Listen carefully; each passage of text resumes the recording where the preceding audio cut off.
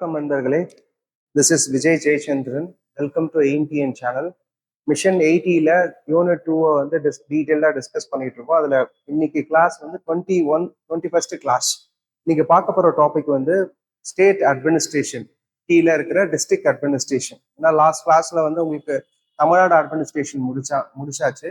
அது ஒரே செஷன்ல முடிஞ்சிச்சு. அடிஷ்னலாக ஏதாவது கண்டென்ட் இருக்கிறது வந்து நான் உங்களுக்கு ரிவிஷன் கிளாஸஸ்ல சொல்றேன். ஸோ டிஸ்ட்ரிக்ட் அட்மினிஸ்ட்ரேஷன் வந்து பெரிய சிலபஸ், ஆல்மோஸ்ட் 7 போஸ்ட்டை கவர் பண்ணியிருப்பாங்க. 7 டிஃப்ரெண்ட் போஸ்ட்டை வந்து கவர் பண்ணியிருக்காங்க. So starting from district collector, மாவட்ட ஆட்சியர்ல இருந்து மாவட்ட ஆட்சியர், அதுக்கப்புறம் டிஆர்ஓ, அதுக்கப்புறம் ஆர்டிஓ, தென் தாசில்தார், தென் பிடிஓ, தென் ஆர்ஐ, தென் விஏஓ. மொத்தம் 7 டிஃப்ரெண்ட் போஸ்ட் இருக்கு. இதுவே வந்து கிட்டத்தட்ட 2 to 3 கிளாஸஸ் வரைக்கும் இருக்கு. ஏன்னா பெரிய டாபிக் இது. டிஸ்ட்ரிக்ட் கலெக்டரோட ரோல்ஸே வந்து பாத்தீங்கன்னா அவ்வளோ பெருசா இருக்கும். டிஸ்ட்ரிக்ட் கலெக்டர் ரோல்ஸ் உங்களுக்கு தெரிஞ்சிடுச்சுன்னா அதை பேஸ் பண்ணி பிளாக் லெவல்ல ரெவன்யூ பிளாக்லயும் டெவலப்மெண்ட் பிளாக்லயும் இம்ப்ளிமெண்ட் பண்றது தான் வந்து ஆர்டிஓ அண்ட் பிடிஓ. ஸோ அந்த அந்த பகுதி அப்படியே பிரிச்சிருவாங்க. ரெவன்யூ சைடு தனியா, டெவலப்மெண்ட் அட்மினிஸ்ட்ரேஷன் தனியா. அதெல்லாம் கொஞ்சம் கொஞ்சமா உங்களுக்கு குறுக்க உங்களுக்கு புரியும் இந்த பார்ட் எல்லாமே. அதே மாதிரி இந்த டாபிக் வந்து ரொம்ப பெருசுனால என்னோட கெஸ், ஏன்னா 30 கொஸ்டின்ஸ் உங்களுக்கு யூனிட் 2 கீழே 30 கொஸ்டின்ஸ். 30 கொஸ்டின்ஸ்ல குவாலிட்டியை விட்டுருங்க. இந்த இந்த இந்த பகுதி பர்டிகுலரா நம்ம பார்த்தோம் இல்லையா, இந்த பார்ட்ல இருந்து ஆவரேஜா 3 கொஸ்டின் கேட்கறதுக்கு சான்சஸ் அதிகம். ஆவரேஜா 3 கொஸ்டின் தான். மினிமம் 2 கொஸ்டின் கேட்பாங்க, மேக்சிமம் 4 கொஸ்டின் கேட்கலாம். ஸோ 2 to 4 கொஸ்டின்ஸ் கேட்கலாம். ஆவரேஜா 3 கொஸ்டின்ஸ் கேட்கறதுக்கு சான்சஸ் ரொம்ப ஜாஸ்தி. ஏன்னா அவ்வளோ பவர்ஸ் இருக்கு, டிஸ்ட்ரிக்ட் கலெக்டருக்கு அவ்வளோ பவர்ஸ் இருக்கு. அதே மாதிரி பிடிஓ, விஓஓ இதெல்லாம் பேஸ் பண்ணி ஒரு கொஸ்டின் கேட்டாலும் ஆவரேஜா 3 கொஸ்டின் வரும். ஸோ இன்னைக்கு கிளாஸஸ்ல டிஸ்ட்ரிக்ட் கலெக்டரோட ரோலை பார்த்துட்டு இன்னைக்கு கிளாஸ் வந்து டீட்டெயில்டா மாவட்ட ஆட்சியரோட பணிகள், பங்கு மற்றும் பணிகளை வந்து பார்த்துட்டு role of district collector, role and functions of district கலெக்டரை பார்த்துட்டு ஒரு 5 கொஸ்டின்ஸ் சால்வ் பண்ணலாம். கொஸ்டின் சால்வ் பண்ணதான் இந்த டாப்பிக்கை பொறுத்த வரைக்கும் நீங்க நிறைய ஆன்சர்ஸ் கரெக்டா பண்ண முடியும். ஏன் அப்படின்னா இது வந்து உங்களுக்கு சிலபஸ்ல அப்ஜெக்டிவ் டைப்ல இது வரைக்கும் நீங்க எழுதிருக்க மாட்டீங்க. ஈவன் லாஸ்ட் இயர் கூட மெயின்ஸ் எழுதிருப்பீங்க, அப்ஜெக்டிவ் டைப்ல எழுதிருக்க மாட்டீங்க. இந்த மாதிரிதான் கொஸ்டின் கேட்பாங்க. District collector has no role in maintaining law and order. அது வந்து டிஸ்ட்ரிக்டோட எஸ்பி, சூப்பரண்ட் ஆஃப் போலீஸ் கிட்ட இருக்கு அப்படின்ற மாதிரி கேட்பாங்க. ஆக்சுவலா ஓவரால் அட்மினிஸ்ட்ரேஷன் வந்து டிஸ்ட்ரிக்ட் கலெக்டர் கிட்ட தான் இருக்கு. அதோட இம்ப்ளிமெண்டேஷன் தான் யார்கிட்ட இருக்குன்னா எஸ்பிகிட்ட இருக்கு. செக்ஷன் 144 இந்த மாதிரி சில ப்ரொவிஷன்ஸ் வந்து டிஸ்ட்ரிக்ட் கலெக்டர் தான் சூப்பர்வைஸ் பண்ணுவாங்க. ஸோ இந்த மாதிரி ஆப்ஷன்ஸை வச்சு கேட்பாங்க, நிறைய ஆப்ஷன். ஈவன் அது தெரிஞ்சாதான் சரியா அட்டன் பண்ண முடியும். அதனால நிறைய கொஸ்டின்ஸ் முடிஞ்ச அளவுக்கு சால்வ் பண்ண ட்ரை பண்ணுங்க.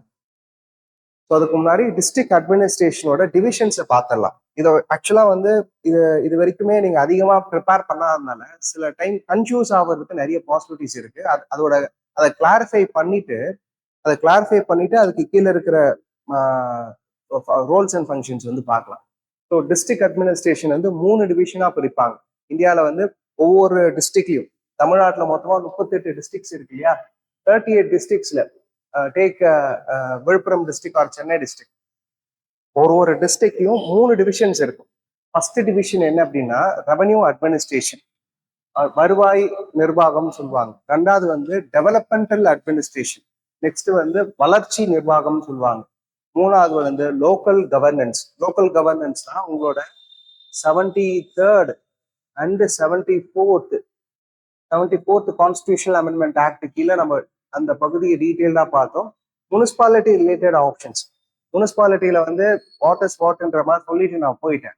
ஏன் அந்த பகுதியை வந்து அதிகமா நான் கவர் பண்ணலன்னா அதோட role DRDA, district rural development authority, plus district planning commission, அதே மாதிரி டிஸ்ட்ரிக்ட் பிளானிங் போர்டு. இதெல்லாம் வந்து உங்களுக்கு இந்த பகுதி டிஏஓ ரோல் நடத்துறப்பே அந்த பகுதியும் கொஞ்சம் டீட்டெயிலா நடத்திருக்கு. அதனால அந்த பகுதியை கொஞ்சம் ஸ்கிப் பண்ணிட்டேன். ஸோ லோக்கல் கவர்னன்ஸ் கீழே தான் 73rd and 74th constitutional amendment act, Tamil Nadu panchayat Raj act, இது எல்லாமே கவர் ஆகும். ஸோ உள்ளாட்சி நிர்வாகம் தான் 3வது டொமைன். ஃபர்ஸ்ட் இந்த ரெவன்யூ அண்ட் டெவலப்மெண்டல் அட்மினிஸ்ட்ரேஷன் இந்த பகுதியை இந்த டிவிஷன்ஸ்ல பார்த்துடலாம். ஸோ உங்களுக்கு ஒரு டவுட் வரும், எதுக்கு சார் இவ்வளோ டிவிஷன்ஸ் இருக்கு, ஒரு டிஸ்ட்ரிக்ட் ஏன் இத்தனைவா பிரிக்கிறாங்க, ஒரே டிவிஷனா பிரிச்சுட்டு அதை இம்ப்ளிமெண்ட் பண்ணலாம் இல்லையா அப்படின்னு ஒரு கேள்வி வரும். ஆக்சுவலா ரெவன்யூ அட்மினிஸ்ட்ரேஷன் ரெவன்யூ அட்மினிஸ்ட்ரேஷன் வந்து பிரிட்டிஷ் ராஜ்ல இருந்தே இருந்து ஒரு ஒரு பார்ட் தான். ஏன்னா பிரிட்டிஷ் வந்து அவங்களுக்கு தேவை என்ன அப்படின்னா land, tax and stamp duty இதை மட்டும் வந்தா போதும், ரெவன்யூ கலெக்ஷன் வந்தா போதும்னு சொல்லி பெருசா டெவலப்மெண்ட் எல்லாம் அவங்க ஆக்டிவிட்டிஸ் எல்லாம் பண்ணல. எனக்கு காசு வந்தா போதும், நீ என்னவோ பண்ணிக்கோ, காசு வந்தா போதும்னு சொல்லி அதிகமா ரெவன்யூ அட்மினிஸ்ட்ரேஷன் மட்டும்தான் கான்சென்ட்ரேட் பண்ணிட்டு இருந்தாங்க. ஸோ இந்த ரெவன்யூ அட்மினிஸ்ட்ரேஷன் கீழே தான் இந்த டிஸ்ட்ரிக்ட் டெவலப்மெண்ட் அட்மினிஸ்ட்ரேஷன் எரியரா இருந்துச்சு. பட் இந்தியா இண்டிபெண்ட் ஆனதுக்கு அப்புறம் இந்தியாவுக்கான டெவலப்மெண்ட் தேவை, அந்த டெவலப்மெண்ட் மெஷர்ஸ் எடுக்கணும்னா தனியா டிவைட் பண்ணாதான் இந்திய ப்ராப்பரான ஜஸ்டிஸ் ஒரு நீதி பண்ண முடியும்னு சொல்லி தான் அந்த டெவலப்மெண்ட் அட்மினிஸ்ட்ரேஷன் தனியா வந்து வளர்ச்சிக்காக ஒரு டிவிஷனை கிரியேட் பண்ணியிருப்பாங்க. இதுல இதுல என்ன ஒரு இன்ட்ரெஸ்டிங் ஃபேக்ட் அப்படின்னா, ஒரு டிஸ்ட்ரிக்டோட ரெவன்யூ டிவிஷன் மேப் வித்தியாசமா இருக்கும். வளர்ச்சிக்கான டெவலப்மெண்ட் அட்மினிஸ்ட்ரேஷனோட மேப் வித்தியாசமா இருக்கும். இது வந்து சென்னையோட ரெவன்யூ டிவிஷன் பாத்தீங்கன்னா தெரியும். இந்த மாதிரி மேஜரா வந்து 1, 2, 3 3 ரெவன்யூ டிவிஷன்ஸா பிரிச்சு அதுக்குள்ள இருக்கிற மைக்ரோ டிவிஷன்ஸா பிரிச்சிருக்காங்க. இதான் ரெவன்யூ டிவிஷன் மேப். சென்னையோட கிரேட்டர் சென்னை கார்பரேஷனோட ரெவன்யூ டிவிஷன் மேப். இதே வந்து அட்மினிஸ்ட்ரேட்டிவ் டிவிஷன் மேப். அட்மினிஸ்ட்ரேஷன் கீழே தான் போலீஸ் வரும், லாண்ட் வரும். அட்மினிஸ்ட்ரேட்டிவ் டிவிஷன் மேப் பாருங்க. So Avadi commissionerate, Chennai commissionerate and Tambaram commissionerate, இது ஒன்னொருத்துக்கும் ஒரு கமிஷனர் இருப்பாங்க. ஆக்சுவலா இது நீங்க ப்ராடரா வச்சு பாத்தீங்கன்னா தெரியும். மேப்லயே நிறைய வித்தியாசம் இருக்கும், ரீஜன்லயே பெரிய வித்தியாசம் இருக்கும், மேப்போட டிவிஷன்ஸ்ல தனித்தனியா பிரிச்சதுல நிறைய வித்தியாசம் இருக்கும். ஸோ ரெவன்யூ மேப், ஒரு டிஸ்ட்ரிக்டோட ரெவன்யூ மேப் டிஃப்ரெண்டா இருக்கும், அட்மினிஸ்ட்ரேட்டிவ் மேப் டிஃப்ரெண்டா இருக்கும். ஏன் இதை இந்த மாதிரி பிரிச்சிருக்காங்க அப்படின்னா, பிரிட்டிஷ் ராஜ் பிரிச்சு நம்ம ரெவன்யூ கலெக்ஷனுக்காக ஒரு மேப் போட்டு வச்சிருப்பாங்க. அதுக்கப்புறம் அட்மினிஸ்ட்ரேட்டிவ் கன்வீனியன்ஸுக்காக இந்தியா இண்டிபெண்ட் ஆனதுக்கு அப்புறம் அவங்க ஒரு மேப் போட்டிருப்பாங்க. அதோட டிவிஷன்ஸ் அதெல்லாம் ஃபர்தரா அப்டேட் பண்ணிட்டு தான் இருக்கும். பட் ரெவன்யூ டிவிஷன் வேற, அட்மினிஸ்ட்ரேட்டிவ் டிவிஷன் வேற. யூஸ்வலா ஈவன் நீங்க அதை என்கவுண்டர் பண்ணியிருப்பீங்க. ஃபார் எக்ஸாம்பிள் இப்போ எம்பிசி சர்டிபிகேட், பிசி சர்டிபிகேட், இது மாதிரி சர்டிபிகேட் வாங்க போறப்போ உங்களோட ஆர்ஐ ரெவன்யூ இன்ஸ்பெக்டரோட டொமைன் வேற மாதிரி இருக்கும். பட் போலீஸ் ஸ்டேஷன் போய் பார்த்தீங்கன்னா அது வேற இடத்துல இருக்கும். போலீஸ் ஸ்டேஷன் வேற வேற இடம் சொல்லுவாங்க. ஆர்ஐ இல்ல விஓஓ இல்ல தாசில்தாரோட லொகேஷன் வேற மாதிரி இருக்கும், வேற ஒரு டொமைன்ல வர மாதிரி இருக்கும். அதனால ஏன் அதுனா ரெவன்யூ மேப் இந்தியாவில வேற, ஒரு டிஸ்ட்ரிக்ட்ல வேற, அதே மாதிரி டெவலப்மெண்ட் மேப் வேற. இதனால்தான் உங்களுக்கு ஒரே இடத்துல நான் இருக்கிறேன், பட் என்னோட போலீஸ் ஸ்டேஷன் வேற ஜோன் கீழே வருது. பட் ஆர்ஐன்றது வேற, ரெவன்யூ இன்ஸ்பெக்டரோட ஜோன் வந்து வேற ஜோன்ல வருது. அது எப்படின்னு ஒரு கேள்வி வரும். யூஸ்வலா அந்த பவுண்டரியில இருக்கிறவங்களுக்கு அந்த வேற லொகேஷன் வரும். இதுக்குள்ள ரொம்ப டீட்டெயிலா போக வேண்டாம், பின்னாடி நான் காமிக்கிறேன். அண்ட் இது புரியலனாலும் பரவாயில்ல, அப்படியே ஸ்கிப் பண்ணிட்டு வாங்க. ஃபர்தரா ஸ்லைட்ஸ் போக உங்களுக்கு ஒரு கிளாரிட்டி கிடைக்கும். ஸோ அட்மினிஸ்ட்ரேட்டிவ் கன்வீனியன்ஸுக்காக ரெவன்யூ டிவிஷன் அண்ட் அட்மினிஸ்ட்ரேட்டிவ் டிவிஷனா பிரிச்சிருப்பாங்க. அது என்ன பர்பஸ்க்காக பிரிச்சிருக்காங்கன்றத நான் மென்ஷன் பண்ணியிருக்கேன். இதை வந்து சும்மா பார்த்துக்கோங்க, பின்னாடி கிளாஸஸ் வரப்போ கொஞ்சம் டீட்டெயில்டா பார்க்குறாங்க. So first revenue administration. So வருவாய் நிர்வாகத்தை வந்து எப்படி பிரிச்சிருக்காங்க. ஸோ ஃபார் எக்ஸாம்பிள் இது விழுப்புரம் டிஸ்ட்ரிக்டோட மேப். இந்த விழுப்புரம் டிஸ்ட்ரிக்ட்ல first head of the revenue administration யாருன்னு கேட்டா டிஸ்ட்ரிக்ட் கலெக்டர், மாவட்ட ஆட்சியர் தான் வந்து மொத்த விழுப்புரம் டிஸ்ட்ரிக்ட். 37 டிஸ்ட்ரிக்ட்ல இருக்க விழுப்புரம் டிஸ்ட்ரிக்ட் அது தனியா எக்ஸ்பிளைன் பண்றேன். அதுக்கப்புறம் அதே தான் 37 டிஸ்ட்ரிக்டும் பொருந்தும். 38 டிஸ்ட்ரிக்ட்ல இருக்கிற விழுப்புரம் டிஸ்ட்ரிக்ட்ல அந்த ரெவன்யூ அட்மினிஸ்ட்ரேஷனோட ஹெட் யாருன்னு பாத்தீங்கன்னா டிஸ்ட்ரிக்ட் கலெக்டர், மாவட்ட ஆட்சியர்னு சொல்லுவாங்க. அதுக்கு கீழே ஒரு சப்டிவிஷன் இருக்கும். ஸோ இந்த டிஸ்ட்ரிக்ட் கீழே சப்டிவிஷன் இருக்கும். இப்போ விழுப்புரம் மாதிரி டிஸ்ட்ரிக்ட்ல வந்து 2 சப்டிவிஷன் தான், சென்னையில 3 இருக்கிற மாதிரி ஒவ்வொரு டிஸ்ட்ரிக்டும் மாறும். அது ஆக்சுவலா சேம் கிடையாது, ஒரு டிஸ்ட்ரிக்டும் மாறும். ஸோ விழுப்புரத்துல வந்து பாத்தீங்கன்னா 2 சப்டிவிஷன் இருக்கு. விழுப்புரத்துல 2 சப்டிவிஷன். ஸோ ஒன்னு வந்து திண்டிவனம் டிவிஷன், இன்னொன்னு வந்து விழுப்புரம் டிவிஷன். ஸோ இந்த 2 சப்டிவிஷனுக்கு இப்போ குரூப் 1ல பாஸ் பண்ணி வராங்க இல்லையா, குரூப் 1ல பாஸ் பண்ணி ட்ரைனிங் முடிச்சுட்டு வராங்க இல்லையா, sub collector, so or deputy collector, sub collector or deputy collector. So mostly இவங்களதான் என்ன போடுவாங்கன்னா இங்க ட்ரைனிங்கை முடிஞ்சதுக்கு அப்புறம் ஆர்டிஓவா போடுவாங்க. ஸோ ட்ரைனிங் முடிச்சதுக்கு அப்புறம் ஆர்டிஓவா போறது யார் அப்படின்னா இவங்க தான் போவாங்க. இவங்க தான் குரூப் 1ல இருந்து டைரக்டா வரவங்க, இல்ல குரூப் 2ல இருந்து ப்ரொமோஷன்ல வர்றவங்க. சில எக்ஸப்ஷனல் செனாரியோஸ்ல ஐஏஎஸ் ஆஃபீஸர்ஸ் எக்ஸப்ஷனல் செனாரியோஸ்ல போடுவாங்க. பட் மோஸ்ட்லி எக்ஸப்ஷனல் வந்து ஐஏஎஸ் ஆஃபீஸர் அடிஷனல் கலெக்டரா தான் போடுவாங்க, இந்த மாதிரி போஸ்ட்ல போட மாட்டாங்க மோஸ்ட்லி. ஸோ ஆர்டிஓ இருக்காங்க, இதுக்கு ஒரு ஆர்டிஓ. ஸோ பர்டிகுலரா ஒரு ஒரு ஒரு டிஸ்ட்ரிக்டை 2 ரெவன்யூ சப்டிவிஷனா பிரிச்சுட்டாங்க. ஒன்னொன்னுத்துக்கும் ஒரு சப் கலெக்டரை போடுறாங்க ஆர்டிஓ. ஒன்னு குரூப் 1ல இருந்து வருவாங்க, இல்லைன்னா குரூப் 2ல இருந்து ப்ரொமோஷன்ஸ்ல வருவாங்க. இந்த மாதிரி 2 டிவிஷனுக்கு ஆர்டிஓ போட்டுருவாங்க. இதுதான் சப்டிவிஷனல் ஆஃபீஸர்னு சொல்லுவாங்க. இதுதான் RTO, subdivisional officer RTO. So ஒரு விழுப்புரம் ஒரு பெரிய டிஸ்ட்ரிக்டை பிரிச்சு 2 சப்டிவிஷனா பிரிக்கிறாங்க. சில டிஸ்ட்ரிக்ட்ல 3 சப்டிவிஷன்ஸ் வரும். கோயம்புத்தூர் அது மாதிரி பெரிய பெரிய டிஸ்ட்ரிக்ட்ல அது மாதிரி வரும்.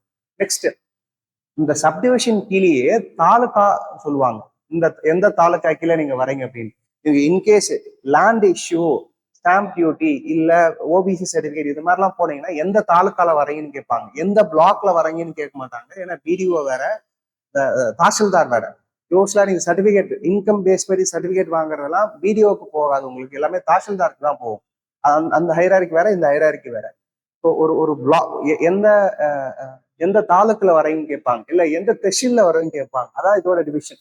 இப்போ சப்டிவிஷன், இப்போ ஃபார் எக்ஸாம்பிள் விழுப்புரம் திண்டிவனம் இருக்கு இல்லையா, இப்போ திண்டிவனத்துல இருந்து சில சப்டிவிஷன்ஸ் பிரிச்சிருப்பாங்க.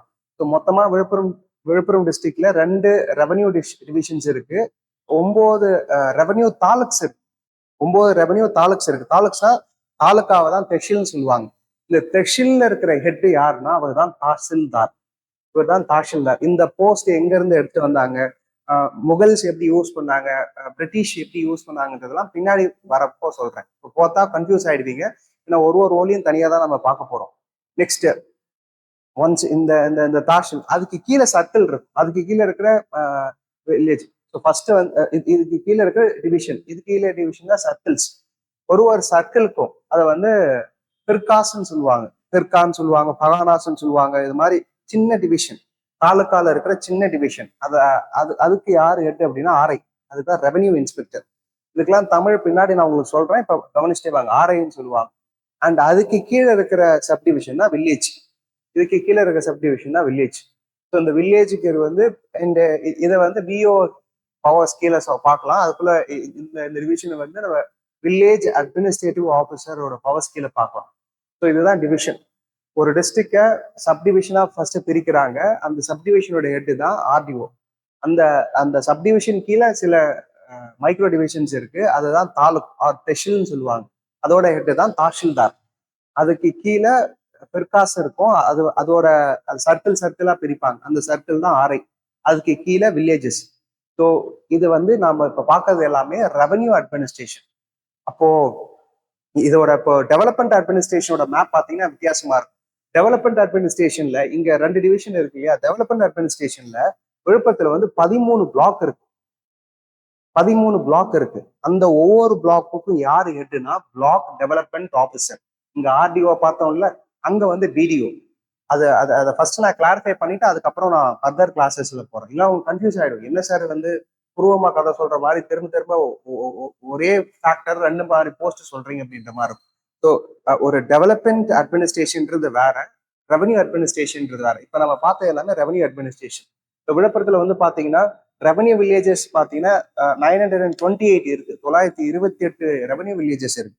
பட் அட்மினிஸ்ட்ரேஷன் கீழே மொத்தமா வில்லேஜ் பஞ்சாயத்துன்னு பாத்தீங்கன்னா 688 பஞ்சாயத்து தான் இருக்கு. வில்லேஜ் பஞ்சாயத்து தலைவர் நம்ம சொல்றோம் இல்லையா, அந்த பஞ்சாயத்து வந்து பாத்தீங்கன்னா 688 தான் இருக்கு. பட் ரெவன்யூ வில்லேஜஸா பார்த்தா 928 இருக்கு. ஸோ இதான் அந்த டிஃபரன்ஸ். ஸோ மேப்ல டிஃப்ரெண்ட் வரும், பவர்ஸ்ல டிஃபரன்ஸ் வரும், அண்ட் ஜோன்லயும் டிஃபரன்ஸ் வரும். அதுக்குள்ள போய் தனியா போய் ஏன் அப்படி 2 இருக்குன்னு சொல்லி கன்ஃபியூஸ் ஆக வேண்டாம். அதுக்கு ஏற்கனவே ஆன்சர் பண்ணிட்டேன். இதோட பவர்ஸ் மட்டும் தெளிவா படிச்சுக்கோங்க. ஸோ இப்போ ஃபர்தரா உங்க சிலபஸ் வைஸ் நாங்க உங்களுக்கு இங்கிலீஷ்ல இது வரைக்கும் சொன்ன டாபிக்கை தமிழ்ல சொல்லிடுறேன். ஸோ ஃபர்ஸ்ட் ரெவன்யூ அட்மினிஸ்ட்ரேஷனோட ஹெட் யாருன்னா டிஸ்ட்ரிக்ட் கலெக்டர், மாவட்ட ஆட்சியர் தான் ஃபர்ஸ்ட் ஓவரால் ஹெட். அவர் தான் எல்லாத்துக்குமே ஹெட். ரெவன்யூ அட்மினிஸ்ட்ரேஷனா இருக்கட்டும், லோக்கல் கவர்னன்ஸா இருக்கட்டும், ஆர் டிஸ்ட்ரிக்ட் அட்மினிஸ்ட்ரேஷனா இருக்கட்டும், மூணுத்துக்கும் ஹெட் வந்து டிஸ்ட்ரிக்ட் கலெக்டர் தான், மாவட்ட ஆட்சியர் தான். அதுதான் யூஸ்வலா என்ன சொல்லுவாங்கன்னா, one among the criticism ARC கமிஷன்ல சொல்றப்போ டிஸ்ட்ரிக்ட் கலெக்டரோட போஸ்ட் பவர் வந்து ரொம்ப எக்ஸ்ட்ராடினரியா இருக்கு அப்படின்ற மாதிரி சொல்லியிருப்பாங்க. நெக்ஸ்ட் அதுக்கு கீழே இவருக்கு அசிஸ்டன்ஸ் கொடுக்கறது, எப்படி வந்து சீஃப் செக்ரட்டரிக்கு அசிஸ்ட் பண்றதுக்கு அடிஷ்னல் சீஃப் செக்ரட்டரி இருந்தாங்களோ அதே மாதிரி டிஸ்ட்ரிக்ட் கலெக்டருக்கு அசஸ் பண்றதுன்னா அந்த ரோலை அடிஷனலா ரெஸ்பான்சிபிள் பண்றதுக்காக இருக்கிற போஸ்ட் தான் டிஆர்ஓ, டிஸ்ட்ரிக்ட் ரெவன்யூ ஆஃபீஸர். உங்களுக்கு ஒரு டவுட் வரும், அப்ப டிஆர்ஓனா வெறும் ரெவன்யூ வேலை மட்டும்தான், வருவாய் வேலையை மட்டும்தான் பார்ப்பாங்களா அப்படின்னு. அப்படி கிடையாது. டிஆர்ஓ வந்து அட்மினிஸ்ட்ரேட்டிவ் ஜாபும் பார்ப்பாங்க, ரெவன்யூ ஜாபும் பண்ணுவாங்க. கிட்டத்தட்ட கலெக்டரோட அசிஸ்ட் பண்றதுக்காக இருக்கிற ஒரு பெரிய போஸ்ட் தான் டிஆர்ஓ. டிஆர்ஓவும் பெரிய பவர்ஃபுல் போஸ்ட். என்டையர் டிஸ்ட்ரிக்டும் ஒரே ஒரு டிஆர்ஓ தான் இருப்பாங்க. ஸோ நெக்ஸ்ட் மாவட்ட வருவாய் அலுவலர், இதுதான் டிஸ்ட்ரிக்ட் ரெவன்யூ ஆஃபீஸர். இதுக்கு கீழே இருக்கிற போஸ்ட். அண்ட் ஜோன்ஸ்னா பிரிக்கிறோம் இல்லையா? இப்போ சென்னை வந்து 3 ஜோன், விழுப்புரம் வந்து 2 ஜோன், இந்த மாதிரி 2 ஜோனா பிரிச்சிருக்கு இல்லையா? இந்த 2 ஜோனுக்கும் ஒரு ஒரு ஹெட் இருப்பாங்க. அவங்க யாருன்னா அவங்க தான் sub collector or RDO, revenue divisional officer. அங்க டிஸ்ட்ரிக்ட் ரெவன்யூ ஆஃபீஸர், இங்க ரெவன்யூ டிவிஷனல் ஆஃபீஸர். இது எல்லாமே டிவிஷன் வரும். RDO, revenue divisional officer. இதுக்கு கீழே தாசில்தார், இதுக்கு கீழே தான் இந்த தாலுக்காவா தெஷிலா பிரிப்பாங்கன்னு சொன்னீங்க, அவங்கதான். ஸோ ஆர்டிஓனா வருவாய் கோட்டாட்சியர் அலுவலர். அதே மாதிரி தாசில்தார்னா வட்டாட்சியர், தாலுக்கா இருக்கிற தனி வட்டாட்சியர். இதுக்கு கீழே இந்த போஸ்ட்லாம் நீங்க வந்து சர்டிபிகேட் வாங்க போனீங்கன்னா கேள்விப்பட்டிருப்பீங்க. HQDTன்னு சொல்லுவாங்க. அப்படின்னா என்னன்னா head quarters deputy tahsildar. So இதெல்லாம் நீங்க சைன் போடுறப்போ ஒன்ஸ் நீங்க சும்மா ஃபார் எக்ஸாம்பிள் ஏதோ ஒரு சர்டிஃபிகேட் எடுத்துக்கோங்க, பர்த் சர்டிஃபிகேட், டெத் சர்டிஃபிகேட், இந்த மாதிரி பழைய சர்டிஃபிகேட்ஸ் இருக்கு இல்லையா? அந்த சர்டிஃபிகேட் எடுத்து பாக்குறப்போ, டெத் சர்டிஃபிகேட் எக்ஸாம்பிள் எடுத்து பாக்குறப்போ நீங்க எங்க பண்ணிப்பீங்கன்னா விஓ கிட்ட அப்ளை பண்ணியிருப்பீங்க. அதுக்கப்புறம் 1000 போயிருப்போம். அதுக்கப்புறம் ஹெட் குவார்ட்டர்ஸ் HQDT வரும். அதுக்கப்புறம் தாசில்தார், இவங்கெல்லாம் சைன் பண்ணி தான் ஃபைனலா கொடுப்பாங்க உங்களுக்கு. நெக்ஸ்ட் வந்து zonal deputy tahsildar, RI. Next வந்து வர போஸ்ட் தான் சர்க்கிளுக்கு வந்து ஆர்ஐ, வருவாய் ஆய்வாளர். அண்ட் ஃபைனலா கடைசி ஸ்டேஜ் வந்தது யாருன்னா வில்லேஜ் அட்மினிஸ்ட்ரேட்டிவ் ஆஃபீஸர், கிராம நிர்வாக அலுவலர். இது வரைக்குமே அந்த போஸ்ட் தான். இதெல்லாம் உங்களுக்கு வேண்டாம், இதெல்லாம் உங்களுக்கு சிலபஸ்ல கிடையாது. இந்த போஸ்ட்ல உங்களுக்கு சிலபஸ்ல கிடையாது. இப்போ உங்களுக்கு புரிஞ்சிருக்குன்னு நினைக்கிறேன் எந்த ஹைரார்க்கியில அது வருது அப்படின்ற மாதிரி. இப்போ டெவலப்மெண்ட் அட்மினிஸ்ட்ரேஷன், இது வரைக்குமே நான் என்ன கிளாஸஸ்குள்ள போகல, உங்களுக்கு ஹைரார்க்கியை மட்டும் தான் சொல்லி கொடுத்துட்டு இருக்கேன். அதுக்கப்புறம் தான் பவர்ஸ்குள்ள போக போறேன். நெக்ஸ்ட் வந்து டெவலப்மெண்ட் அட்மினிஸ்ட்ரேஷன், ஸோ வளர்ச்சி நிர்வாகம். இதுக்கு கீழே ஒன்ஸ் அகைன் நான் முன்னாடி சொன்ன மாதிரி 3 டிவிஷன்ஸ் இருக்கு இல்லையா? Local governance, revenue administration and development administration. இது மூணுத்துக்குமே ஹெட் யாருன்னா டிஸ்ட்ரிக்ட் கலெக்டர் தான். ஸோ அதுக்கு கீழே தனித்தனியா போஸ்ட் பிரியும். இதுக்கு கீழே டெவலப்மெண்ட் அட்மினிஸ்ட்ரேஷன் கீழே கலெக்டர் கீழே யார் வருவாங்கன்னா ப்ராஜெக்ட் டைரக்டர், பிடின்னு சொல்லுவாங்க. இதுக்கே நிறைய வரும். இப்போ ஃபார் எக்ஸாம்பிள்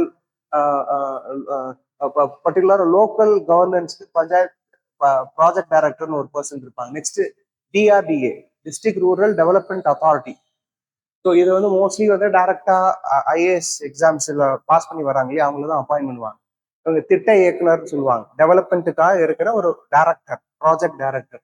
நெக்ஸ்ட் வந்து அசிஸ்டன்ட் டைரக்டர், ஏடி பஞ்சாயத்துன்னு சொல்லுவாங்க. இது யூஸ்வலா இந்த டிஆர்டிஏ, இந்த ப்ராஜெக்ட் டைரக்டர், இந்த மாதிரி போஸ்ட்லாம் யார் போடுவாங்கன்னா மோஸ்ட்லி டைரக்டா ஐஏஎஸ் படிச்சு பாஸ் பண்ணி வராங்களே அவங்க. அண்ட் ஏடி பஞ்சாயத்துன்னு ஒரு போஸ்டே இருக்கு உங்களுக்கு. நீங்க கேள்விப்பட்டிருப்பீங்க, குரூப் 1 கீழே ஏடி பஞ்சாயத்துன்னு ஒரு போஸ்டே கேள்விப்பட்டிருப்பீங்க, அசிஸ்டன்ட் டைரக்டர் ஆஃப் பஞ்சாயத்து அப்படின்ட்டு. ஸோ இந்த மாதிரி ஏடி பஞ்சாயத்துன்னு சொல்லி குரூப் 1 கீழே ஒரு போஸ்ட் இருக்கும். அந்த போஸ்ட்ல செலக்ட் ஆகி வரவங்க எல்லாமே, அதை செலக்ட் பண்றவங்க எல்லாமே இது ட்ரைனிங் முடிச்சு இங்கதான் வருவாங்க. அதுக்கு கீழே பிடிஓ வந்து இப்போ ஃபார் எக்ஸாம்பிள் விழுப்புரத்துல 13 பிளாக் இருக்கு. 13 பிளாக்லயும் விழுப்புரத்தை 13 பிரிச்சிருப்பாங்க. அந்த 13 பிளாக்லயும் ஒரு பிடிஓ இருப்பாங்க, பிளாக் டெவலப்மெண்ட் ஆஃபீஸர். நம்ம கிராம நிர்வாகம் பாக்குறப்போ நம்ம ஜென்ரலா பார்த்தோம் இல்லையா, ஒன்றியம் அப்படின்ற மாதிரி. ஸோ ஜில்லா பஞ்சாயத், சாரி வில்லேஜ், பிளாக், அதுக்கப்புறம் டிஸ்ட்ரிக்ட். ஸோ டிஸ்ட்ரிக்ட் பேஸ் பண்ணி இருக்கிற ஆப்ஷன், தென் பிளாக் பேஸ் பண்ணி இருக்கிற டிவிஷன், அதுக்கப்புறம் வில்லேஜ் பேஸ் பண்ணி டிவிஷன். ஸோ இந்த பிளாக்கை பேஸ் பண்ணி இருக்கிற பர்சன் தான் அந்த பிளாக் டிவிஷன் ஆஃபீஸர். இதுக்கு கீழே இஓ இருப்பாங்க, executive officer, to assist BDO. இதுதான் இந்த டெவலப்மெண்ட் அட்மினிஸ்ட்ரேஷன்ல வர ரோல். இதை தாண்டி ரூரல் பஞ்சாயத்துக்கு வரப்போ panchayat administration or local governance பாக்குறப்போ district level, block level and panchayat level, இந்த லெவல்ல தான் முன்னாடி நம்ம பார்த்திருக்கோம். இதை ஆல்ரெடி முடிச்சதுனால இந்த பார்ட் நான் ஸ்கிப் பண்றேன். நெக்ஸ்ட் கான்டென்ட் குள்ள போகலாம். ஸோ இனிமேல் தான் கிளாஸஸ்குள்ள நம்ம போறோம். இது வரைக்கும் நம்ம பார்த்தது எல்லாமே division of administration and revenue ரெண்டுத்தையுமே பிரிச்சுட்டு ஒரு பவர்ஸா பார்க்குறோம். டிஸ்ட்ரிக்ட் கலெக்டரோட ரோல் தான் ரொம்ப பெருசு. அதை படிச்சிட்டாலே அதோட மைக்ரோ டிவிஷன் தான் ஆர்டிஓ பண்ணுவாங்க. அதோட மைக்ரோ டிவிஷன் தான் யார் பண்ணுவாங்கன்னா பிடிஓ பண்ணுவாங்க. அதோட சின்ன வெர்ஷன் தான் விஓ பண்ணுவாங்க. பட் சில பவர்ஸ் விஓக்கு அதிகமா இருக்கும், சில பவர்ஸ் அதிகமா இருக்கும்னா சில ரெஸ்பான்சிபிலிட்டிஸ் உங்களுக்கு இருக்கும். பிடிஓக்கு என்ன இருக்கு, ஆர்டிஓக்கு என்ன இருக்குன்றதெல்லாம் கொஞ்சம் டீட்டெயிலாக பார்க்கலாம். டிஸ்ட்ரிக்ட் அட்மினிஸ்ட்ரேஷன் ஜென்ரலா இதை எப்படி கிளாஸஸ் நான் கொண்டு போக போறேன்னா, ஹிஸ்டாரிக்கலி டிஸ்ட்ரிக்ட் அட்மினிஸ்ட்ரேஷன் எங்க இருந்து ஆரிஜினேட் ஆச்சு, அதுக்கப்புறம் இப்ப இருக்க டிஸ்ட்ரிக்ட் அட்மினிஸ்ட்ரேஷனோட பவர்ஸ் என்ன, அதுக்கப்புறம் டிஸ்ட்ரிக்ட் கலெக்டரோட ரோல் என்ன, இந்த ஆர்டர்ல தான் நம்ம பார்க்க போறோம். ஸோ இதெல்லாம் பேசிக்கு சின்னதா வாட்டர்ன்ற மாதிரி சொல்லிட்டு போறேன். ஏன்னா ஏதாவது ஒரு ஆப்ஷன்ல கேட்டாங்கனாலும் எலிமினேட் பண்றதுக்கு உங்களுக்கு நாலேஜ் தேவை. அதனால இது சின்னதா பிரீஃபா சொல்லிட்டு அதுக்கப்புறம் உள்ள போறேன். ஸோ முன்னாடியே சொன்ன மாதிரி இந்த கிளாஸஸ் வந்து இந்த டிஸ்ட்ரிக்ட் அட்மினிஸ்ட்ரேஷன் 3 கிளாஸஸ் போக போகுது. ஏன்னா இந்த டாபிக் படிக்கிறதுக்கு உங்களுக்கு சரியான மெட்டீரியலே கிடையாது. அதனால முடிஞ்ச அளவுக்கு எக்ஸ்டென்சிவா நடத்த போறேன். ஏன்னா குவாலிட்டியோ நீங்க மற்ற பகுதியோ வந்து பாத்தீங்கன்னா உங்களுக்கு புக் அவைலபிளா இருக்கும். நீங்க ப்ரிலிம்ஸ்க்கும் படிச்சிருப்பீங்க. இந்த பகுதி தான் நீங்க கஷ்டப்படுற டாபிக். அதனால பொறுமையா கவனிங்க. நிறைய ஃபேக்சுவல் இன்ஃபர்மேஷன் இருக்கும். கிளாஸஸ் வந்து குவாலிட்டி வேற மாதிரி இருக்கும். ஃபண்டமெண்டல் ரைட்ஸ்லாம் நடத்துறப்போ நிறைய கதை சொல்லி கண்டென்ட்லாம் நிறைய கொடுத்துருப்பேன். அது ரொம்ப லாஜிக்கலா இருந்தாலும் இன்ட்ரெஸ்டிங்கா இருக்கும். இந்த கிளாஸ் வந்து ஃபேக்சுவலா இருக்கிறதுனால நீங்க நிறைய எழுதுற மாதிரி தான் இருக்கும். சில டைம் போர் அடிக்க கூட செய்யலாம். பட் வேற ஆப்ஷன் கிடையாது. நல்ல மார்க் வாங்கணும்னா நீங்க கவனிச்சுதான் ஆகணும், நோட்ஸ் எடுத்துதான் ஆகணும். நான் முடிஞ்ச அளவுக்கு கொஞ்சம் கதை சொல்ற ட்ரை பண்றேன் இந்த பகுதியில் நடத்துறப்போ. ஃபர்ஸ்ட் ஒன் வந்து டிஸ்ட்ரிக்ட் அட்மினிஸ்ட்ரேஷன். இது எங்க இருந்து ஆரிஜினேட் ஆச்சுன்னா, இது ஆக்சுவலா மனுஸ்மிருதியிலேயே வந்து மென்ஷன் பண்ணியிருக்காங்க. மனுஸ்மிருதியிலேயே இந்தியாவில ஒரு ஒரு ரீஜனை டிஸ்ட்ரிக்டா பிரிச்சுதான் நாங்க ரூல் பண்ணோம் அப்படின்ற மாதிரி மென்ஷன் பண்ணியிருக்காங்க. இந்தியாவுக்கு அது புதுசுலாம் கிடையாது. அது ஒரு ஹிஸ்டாரிக்கல் கண்டினியூட்டி. ஒரு கிங்கும் வரப்போ கொஞ்சம் சேஞ்சஸ் கொண்டு வந்திருப்பாங்க. இப்போ சந்திரகுப்த மௌரியா, அதுக்கப்புறம் வந்து கிங்டம், இது எல்லாமே டிஸ்ட்ரிக்ட்லயே கொஞ்சம் மாத்திருப்பாங்க. அவங்க டிஸ்ட்ரிக்ட் டிவிஷனா பிரிச்சுதான் ரூல் பண்ணியிருப்பாங்க. ஸோ டிஸ்ட்ரிக்ட் அட்மினிஸ்ட்ரேஷன்ன்றது இந்தியாவுக்கு புதுசு கிடையாது. பழங்காலத்துல இருந்து இருந்த ஒரு விஷயம். சின்ன சேஞ்சஸ் மூலமா அதை மாத்திருப்பாங்க. ஸோ 1000 இயர்ஸ்க்கு முன்னாடியே இருந்த ஒரு ஒரு ஒரு என்டிடி தான் டிஸ்ட்ரிக்ட் அட்மினிஸ்ட்ரேஷன். அப்போ வந்து ஒரு அதிகாரியை போட்டு, ஒரு ஆபீசரை போட்டு ஒரு அதிகாரியை பேஸ் பண்ணி ஒரு அதிகாரியை பேஸ் பண்ணி நிர்ணயிச்சிருப்பாங்க இந்த பர்டிகுலரா வந்து டிஸ்ட்ரிக்ட் அட்மினிஸ்ட்ரேஷன். ஸோ இதை வந்து இது கேட்க மாட்டாங்க. But most of the time but தெரிஞ்சுக்கோங்க மௌரியன் எரால எப்படி இருந்துச்சு. மௌரிய காலத்துல வந்து என்ன மாதிரி இந்த டிஸ்ட்ரிக்ட் அட்மினிஸ்ட்ரேஷன் டிவைட் ஆயிருந்துச்சுன்னா, ஃபர்ஸ்ட் வந்து டிவைட் ஆயிடுச்சு. அதுக்கு ஒருத்தருக்கு பேர் வச்சிருப்பாங்க. இவன் இதை ஹிஸ்டரியிலே நீங்க பார்த்துருப்பீங்க. ஸோ மௌரியன் அட்மினிஸ்ட்ரேஷன் கீழே நிறைய டிவிஷன்ஸ் இருந்துச்சு. ஒரு ஒரு ஒரு பெரிய பிளாக் நிறைய டிவிஷன்ஸ் பண்ணியிருக்காங்க. அதுல சின்னது வந்து என்னதுன்னா கிராமா. அதுல இருந்து அந்த கிராமன்ற பேர் வந்துச்சு. கிராமனா ரெவன்யூ வில்லேஜ். சின்ன பிளாக் என்னன்னா கிராமா.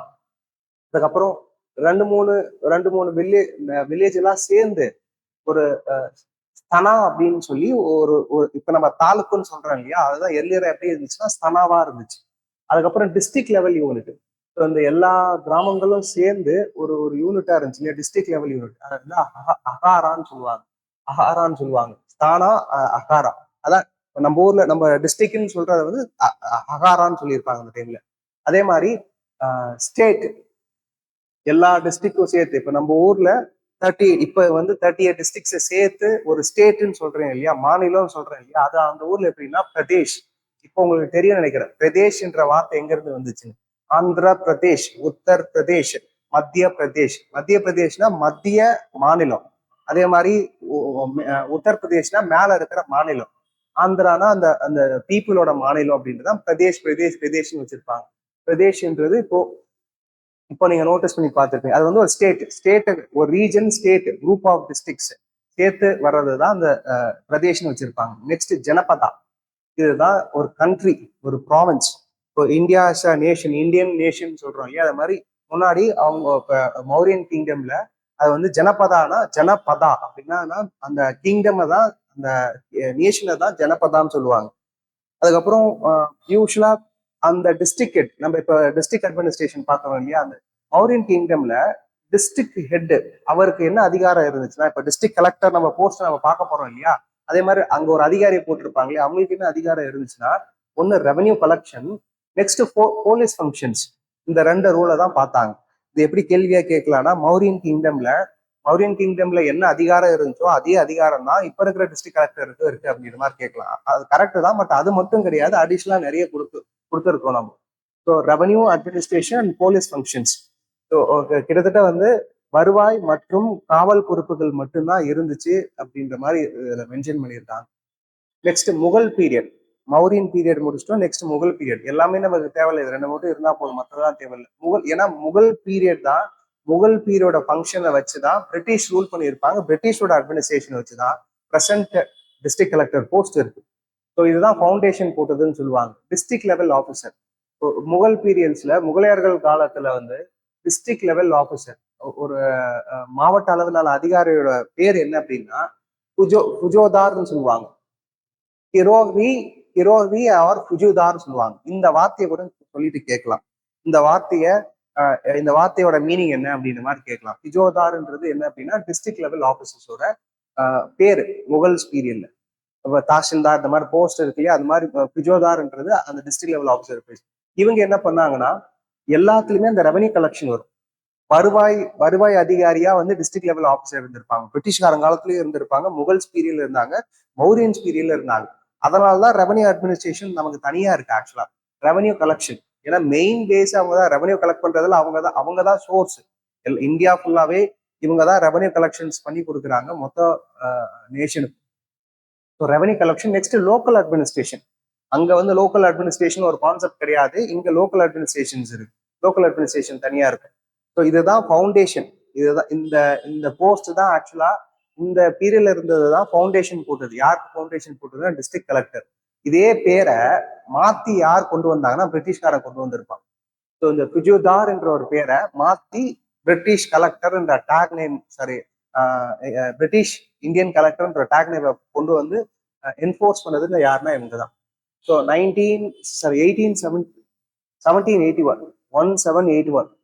1781 ஃபார்மலா வந்து டிஸ்ட்ரிக்ட் என்ற ஒரு பேரை ஒரு அட்மினிஸ்ட்ரேட்டிவ் யூனிட்டா டிக்ளேர் பண்ணியிருப்பாங்க. 1781 தான் வந்து டிஸ்ட்ரிக்ட் என்ற ஒரு யூனிட்டை அபிஷியலா ரெக்கக்னைஸ் பண்ணியிருப்பாங்க. அதுக்கு முன்னாடி வேற பேர்ல இருந்துச்சு. டிஸ்ட்ரிக்ட் ஒரு என்டிட்டியை கொண்டு வந்ததுன்னா பிரிட்டிஷ் ஏரியால இந்த பீரியட் எல்லாம்.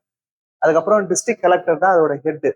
டிஸ்ட்ரிக்ட்ன்றது ஒரு அட்மினிஸ்ட்ரேட்டிவ் யூனிட், நிர்வாகத்துக்கான ஒரு ஒரு black.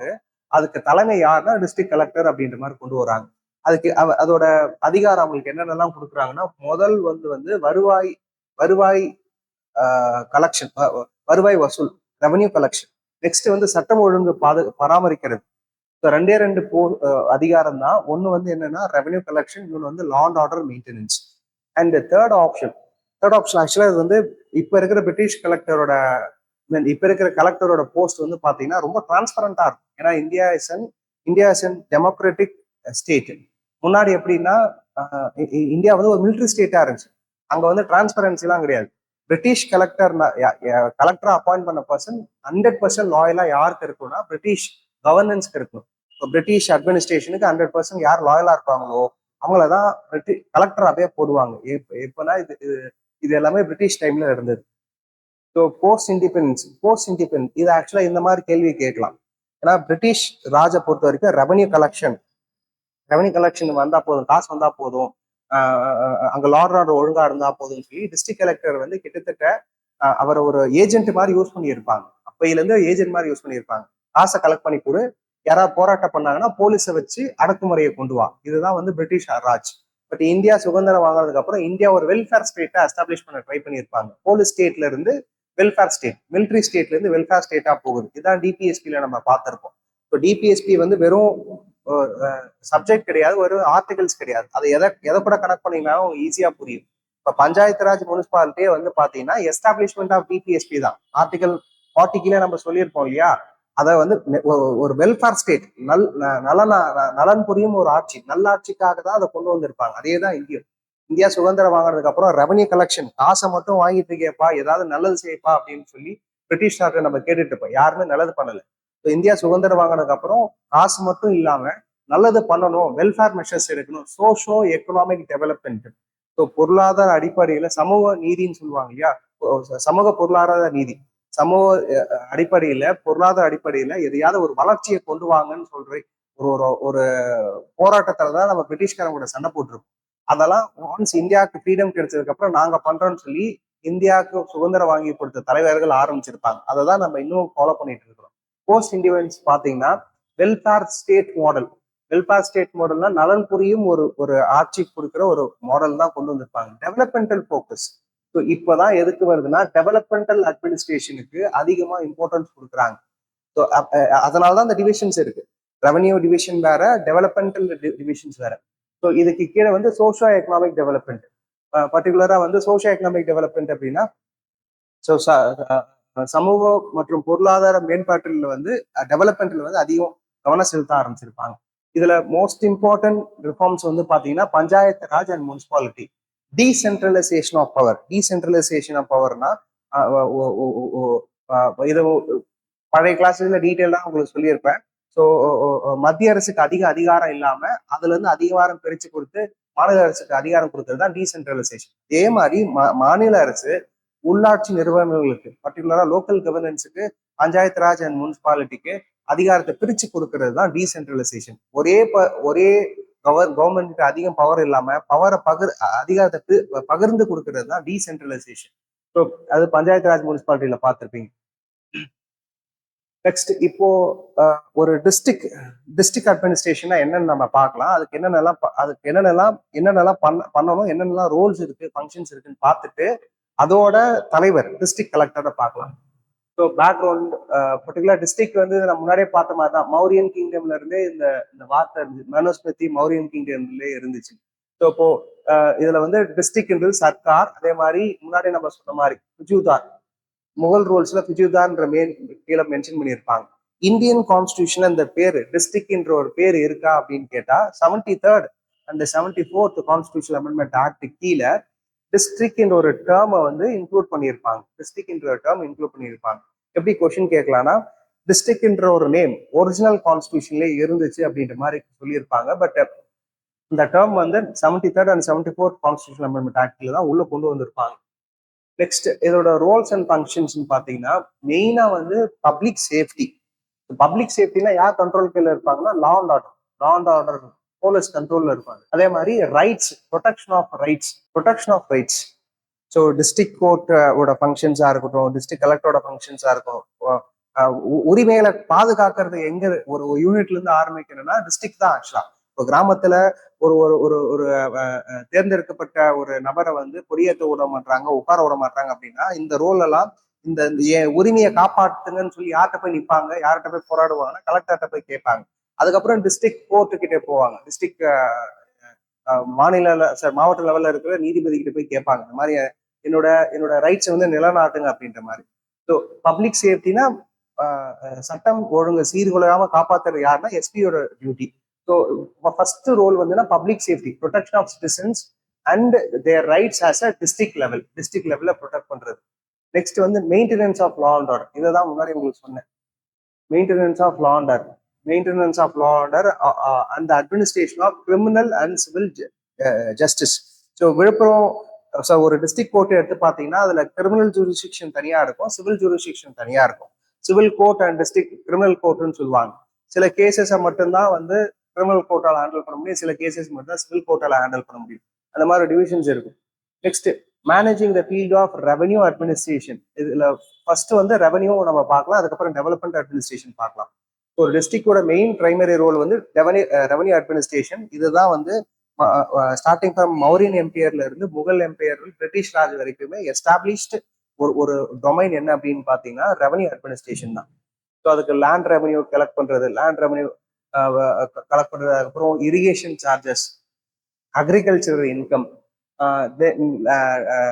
Tax levy, then excise duties, entertainment tax. இந்த என்டர்டைன்மெண்ட் டாக்ஸ் பர்டிகுலரா என்டர்டைன்மெண்ட் டாக்ஸ்னா என்டர்டைன்மெண்ட்டுக்கு ஏற்ற மாதிரி டாக்ஸையும் கலெக்ட் பண்றது யாரோட டியூட்டி அப்படின்னா டிஸ்ட்ரிக்ட் அட்மினிஸ்ட்ரேஷனோட duty. Next administration of treasury, land reforms and land acquisition, then land management, then land records. ஒரு நிலம் சார்ந்த ஒரு அதிகாரம் அப்படின்னாலே யார் கண்ட்ரோல் வரும்னா டிஸ்ட்ரிக்ட் கலெக்டர், ஓவரால் அட்மினிஸ்ட்ரேஷன். அதுக்கு கீழே பிடிஓ, அதுக்கு கீழே வந்து டிஆர்ஓ, அதுக்கு கீழே ஆர்டிஓ. இந்த மாதிரி டிவிஷன்ஸ் தான் இருக்கும்.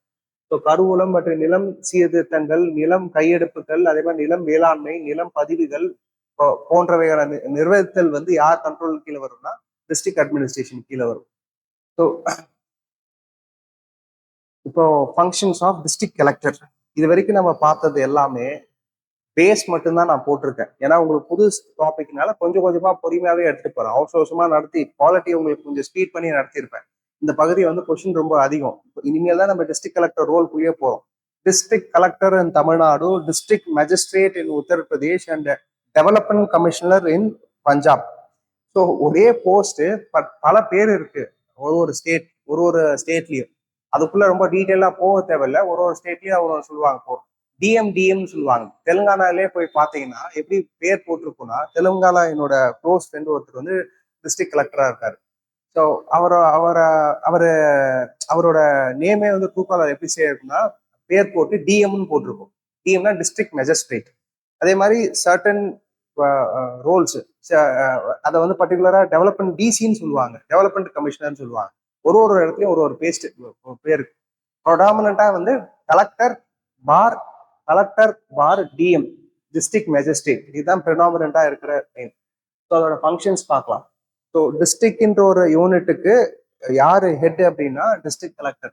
ஸோ டிஸ்ட்ரிக்ட் என்ற டொமைன்ல revenue administration and developmental administration and local governance, இது மாதிரி 3 டிவிஷன்ஸ் இருக்கு. 3 டிவிஷன்ஸுக்கும் யார் ஹெட்னா டிஸ்ட்ரிக்ட் கலெக்டர். ஸோ 3 பிரைமரி ரோலோட பெரிய தலைவர் யாருன்னா டிஸ்ட்ரிக்ட் கலெக்டர். ஆக்சுவலா அவர் எல்லா வேலையும் ஃபுல்லா பார்க்க முடியாது. அதனால அசஸ் பண்றதுக்காக நிறைய குரூப் 1 ஆஃபீஸர்ஸ், நிறைய குரூப் 2 ஆஃபீஸர்ஸ், குரூப் 4 ஆஃபீஸர்ஸ் வந்து டிஸ்ட்ரிக்ட் கலெக்டரேட் பில்டிங்குள்ள ஒர்க் பண்ணுவாங்க. அவ்வளோ ஒர்க் இருக்கும். ஆக்சுவலா கலெக்டர் கீழே அவ்வளோ போஸ்ட் வந்து ஃபில் ஆயிருக்கும். அசிஸ்டன்ட்ல இருந்து நிறைய ஆப்ஷன்ஸ் இருக்கும். அவங்க அவங்க கலெக்டரோட ரோலை அவ்வளோ பேர் பெர்ஃபார்ம் பண்ணிட்டு இருப்பாங்க. Collector is head of the district administration and official agent of the state government. முன்னாடி சொன்ன மாதிரி district collector is a head of the district administration. District collector is a head of the district administration. அதே மாதிரி எப்படி வந்து இப்போ for example central government, state government, governor வந்து பாத்தீங்கன்னா even though constitutional head of the state government, அவர் என்ன சொல்லுவாங்கன்னா ரெப்ரசன்டேட்டிவ் ஆஃப் சென்ட்ரல் கவர்மெண்ட். இப்போ கவர்னர் வந்து பாத்தீங்கன்னா அவர் தான் constitutional head of the state government, but appointed by the central government. அதை ஆக்சுவலா ஒரிஜினலா எப்படி இருந்துச்சுன்னா ஏஜென்ட் ஆஃப் சென்ட்ரல் கவர்மெண்ட்னு சொல்லுவாங்க. பட் சுப்ரீம் கோர்ட் ஜட்மெண்ட் கொடுத்து என்ன சொன்னாங்கன்னா அவர் ஏஜென்ட் கிடையாது, ரெப்ரசன்டேட்டிவ் ஆஃப் சென்ட்ரல் கவர்மெண்ட் தான் சொல்லணும். ஏன்னா அது independent constitutional post. Lieutenant governor தான் ஏஜென்ட் ஆஃப் சென்ட்ரல் கவர்மெண்ட்னு சொல்லணும்னு சொல்லி சுப்ரீம் கோர்ட் கிளாரிஃபை பண்ணியிருப்பாங்க. அதே மாதிரி டிஸ்ட்ரிக்ட் கலெக்டர் வந்து official agent of the state government. So state கவர்மெண்ட்ல மொத்தமா 38 டிஸ்ட்ரிக்ட்ஸ் இருக்கு. 38 டிஸ்ட்ரிக்ட்லயும் வந்து ஒரு அபிஷியல் ஏஜென்ட் இருக்காங்க. அந்த அபிஷியல் ஏஜென்ட் யாருன்னா அவங்க தான் district collector, agent of state கவர்மெண்ட்னு சொல்லுவாங்க இவங்க. Next, district collector belongs to the general administrative department of the state. இந்த வார்த்தை ரொம்ப முக்கியம். இந்த வார்த்தை ரொம்ப முக்கியம். ஏன் அப்படின்னா ஒரு டிஸ்ட்ரிக்ட்ல மோஸ்ட் பவர்ஃபுல் டிபார்ட்மெண்ட் எது அப்படின்னா இந்த ஜெனரல் அட்மினிஸ்ட்ரேஷன் டிபார்ட்மெண்ட் தான். சாரி, ஒரு டிஸ்ட்ரிக்ட் கிடையாது, ஒரு ஸ்டேட்ல நிறைய டிபார்ட்மெண்ட் இருக்கு. நிறைய டிபார்ட்மெண்ட்ல most powerful and responsible department எதுன்னு பாத்தீங்கன்னா ஜெனரல் அட்மினிஸ்ட்ரேஷன் டிபார்ட்மெண்ட். ஏன் அப்படின்னா இப்ப ஃபினான்ஸ் டிபார்ட்மெண்ட், எஜுகேஷன் டிபார்ட்மெண்ட், பல டிபார்ட்மெண்ட் இருக்கும். ஒன்னொன்னும் ஒரு துறை தான் பார்ப்பாங்க. இந்த ஜெனரல் அட்மினிஸ்ட்ரேட்டிவ் டிபார்ட்மெண்ட் வந்து பாத்தீங்கன்னா எல்லா துறைக்கும் சேர்த்து வேலை செஞ்சு அதை அந்த அந்த நிர்வாகத்தை செயலாக்கத்துக்கு கொண்டு வர்றது எதுன்னு பாத்தீங்கன்னா இந்த இதுதான். ஸோ அவர் வந்து 30 டிஸ்ட்ரிக்ட்லயும் கலெக்டரும் அதுக்கு வந்து அந்த டிபார்ட்மெண்ட்டை சேர்ந்தவங்களா இருப்பாங்க. ஸோ பொலிட்டிக்கலி இந்த ஜெனரல் அட்மினிஸ்ட்ரேஷன் டிபார்ட்மெண்ட்டுக்கு பொலிட்டிக்கலா headed politically headed by the chief minister of Tamil Nadu, and the administrative head பாத்தீங்கன்னா சீஃப் செக்ரட்டரி. ஸோ ஆக்சுவலா டிஸ்ட்ரிக்ட் கலெக்டர் டைரக்டா யாருக்கு கண்ட்ரோல் கீழே வருவாங்கன்னா chief secretary of the state. Administrative லெவல்ல chief secretary, as well as political லெவல்ல chief minister of the state. Next, இதெல்லாம் powers, என்னென்ன பவர்ஸ் இருக்குன்னு பார்க்கலாம். இதுக்கப்புறம் ஒன்னொன்னு டிவிஷனா பார்க்கலாம். ஆக்சுவலா இது உங்களுக்கு இந்த பகுதி மட்டும்தான் ரோல் மட்டும் இருக்கு. இது உங்க சிலபஸ்ல கிடையாது. Role of superintendent of police, role of deputy superintendent of police, இதெல்லாம் வந்து உங்க சிலபஸ்ல கிடையாது. பட் கலெக்டரோட ரோல் என்னன்னா, ஃபர்ஸ்ட் மேஜர் ரோல் வந்து பாத்தீங்கன்னா இது டெவலப்மெண்ட் சைட்ல ஃபர்ஸ்ட் மேஜர் ரோல் வந்து பாத்தீங்கன்னா maintenance of law and order. இது ரெவன்யூ சைட்ல பாத்தீங்கன்னா maintenance of land records, collection of land revenue. So second role maintenance of land records and collection of land revenue, second role. Third role வந்து civil amenities and development. So நிர்வாகத்தையும் அதே மாதிரி வளர்ச்சிக்கான பணிகளை பண்றது வந்து தேர்ட் ரோல். ஸோ இதுக்கு கீழே தான் இவங்கெல்லாம் வருவாங்க. இப்போ maintenance of law and order கீழே யார் வருவாங்கன்னா எஸ்பி வருவாங்க, சூப்பரண்ட் ஆஃப் போலீஸ். அதுக்கு கீழே DSP, deputy superintendent of police. Usual இப்போ நிறைய பிளாக்கா பிரிச்சிருக்காங்க இல்லையா. இப்போ நான் உங்களுக்கு முன்னாடி சொல்லியிருப்பேன். இப்போ தனியா ஆர்டிஓ விழுப்புரத்துல 2 டிவிஷனா இருக்கிற மாதிரி விழுப்புரத்துல 3 டிவிஷன் 4 டிவிஷன்ஸா இருக்கும். அந்த டிவிஷன்ஸுக்கு ஒன்னொருத்துக்கு வந்து டிஎஸ்பி போட்டிருப்பாங்க. அதுக்கு கீழே இன்ஸ்பெக்டர் சர்க்கிளா பிரிப்பாங்க, அதான் சர்க்கிள் இன்ஸ்பெக்டர்னு சொல்லுவாங்க. இதுல கேரளாலாம் வந்து பாத்தீங்கன்னா சிஐன்னு சொல்லுவாங்க, சர்க்கிள் இன்ஸ்பெக்டர்னு சொல்லுவாங்க. நம்ம ஊர்ல இன்ஸ்பெக்டர்னு சொல்றோம். அதுக்கப்புறம் sub inspector, additional ASI, head constable. இது வந்து போலீஸ் ஹைரார்கி. இது வந்து உங்க சிலபஸ்ல கிடையாது. பட் ரோல் ஆஃப் கலெக்டர் வந்து இந்த maintenance of law and order. அதுக்கு கீழே தான் எஸ்பி வருவாங்க. Next land revenue. இது வந்து இது உங்களுக்கு முன்னாடி நடத்திட்டேன், tahsildar, deputy tahsildar, RA and DAO. Then இதுக்கு கீழே அட்மினிஸ்ட்ரேட்டிவ் டிபார்ட்மெண்ட் கீழே தான் யார் வருவாங்கன்னா சிஇஓ, சீஃப் எஜுகேஷனல் ஆஃபீஸர். எல்லா டிஸ்ட்ரிக்ட்லயும் சிஇஓ வராங்க இல்லையா, அவங்களுக்குன்னு தனி அதிகாரம் இருக்கு. சிஇஓன்றது தனி அதிகாரம், எஜுகேஷன் பேஸ் பண்ணி department. But overall control by district collector. அதே மாதிரி டிஸ்ட்ரிக்ட் பிளானிங் ஆஃபீஸர் கீழே தான் யார் வருவாங்கன்னா கலெக்டர் கண்ட்ரோல் கீழே வருவாங்க. Executive engineer, public work PWD office இருக்குல்ல எல்லா டிஸ்ட்ரிக்ட்லயும், அதுல டிஇஇ அது மாதிரி நிறைய போஸ்ட் இருக்கும். எக்ஸிகியூட்டிவ் இன்ஜினியர் போஸ்ட் தான் ஹையஸ்ட் மோஸ்ட் போஸ்ட். அதுக்கு யார் கண்ட்ரோல் கீழே வரும், யார் கலெக்டர் கண்ட்ரோல் கீழே வரும். அது மாதிரி local bodies and panchayat raj control தான் வரும். District civil surgeon, chief medical officer. So at the end of the day யார் கண்ட்ரோல் கீழே வரும், யார் ஹைரார்கி கீழே வரும்னா டிஸ்ட்ரிக்ட் கலெக்டர் டெபுட்டி கமிஷன் கீழே தான் வரும். ஸோ இப்போ is controlled and supervised by the divisional commissioner. Actual role district collector வந்து நிறைய ஸ்டேட்ல இந்த மாதிரி ஒரு போஸ்ட் இருக்கு. இந்த மாதிரி ஒரு போஸ்ட் தமிழ்நாட்டுல கிடையாது, அதனால ஞாபகம் வச்சுக்க தேவையில்லை. இந்த மாதிரி ஒரு போஸ்ட் தமிழ்நாட்டுல கிடையாது, அதனால ஞாபகம் வச்சுக்க தேவையில்லை. புரியணுன்றதுக்காக இன்னும் கொஞ்சம் மைக்ரோ டிவிஷன் பண்றேன். ஒவ்வொரு டிஸ்ட்ரிக்ட், இப்ப தமிழ்நாட்டுல மொத்தமா 38 டிஸ்ட்ரிக்ட் இருக்கு. ஒவ்வொரு டிஸ்ட்ரிக்ட்லயும் எஸ்பி இருப்பாங்க, சூப்பரண்ட் ஆஃப் போலீஸ். மொத்தமா 38 எஸ்பி இருப்பாங்க. அப்போ எஸ்பின்னு பாத்தீங்கன்னா 38 எஸ்பி இருப்பாங்க. ஒரு டிஸ்ட்ரிக்டும் ஒரு எஸ்பி இருப்பாங்க. தென் அதே மாதிரி இந்த எஸ்பிக்கு மேல இருக்கிற போஸ்ட் வந்து பாத்தீங்கன்னா டிஐஜி. அதுக்கு மேல இருக்கிற போஸ்ட் பாத்தீங்கன்னா IG, inspector general of police. IG இருப்பாங்க. ஐஜி வந்து எதுக்கு ஹெட்டா இருப்பாங்க? ஃபார் எக்ஸாம்பிள் இப்போ விழுப்புரம், கடலூர் ரீஜனுக்கு சேர்த்து ஒரு டிஐஜி இருப்பாங்க. அதாவது எஸ்பிக்கு மேல ஒரு ஜோனா பிரிப்பாங்க. எஸ்பிக்கு மேல 2 டிஸ்ட்ரிக்ட் 3 டிஸ்ட்ரிக்ட் சேர்த்து ஒரு டிஐஜி இருப்பாங்க. டிஐஜிக்கு மேல ஐஜி இருப்பாங்க. ஐஜி எப்படின்னா மொத்தமா தமிழ்நாட்டை 4ஆ பிரிச்சிருவாங்க. So zone 1, zone 2, zone 3, zone 4, east west north south இந்த மாதிரி 4ஆ பிரிச்சுட்டு அந்த ஒவ்வொரு ஜோனுக்கும் ஐஜி இருப்பாங்க, inspector general of police, IG. இந்த மாதிரி ஜோனா பிரிச்சு ஒரு ஐஜி அப்பாயின்ட் பண்றாங்க இல்லையா. ஸோ கிட்டத்தட்ட ஒரு 10 டிஸ்ட்ரிக்ட் சேர்த்து ஒரு ஐஜி இருப்பாங்க.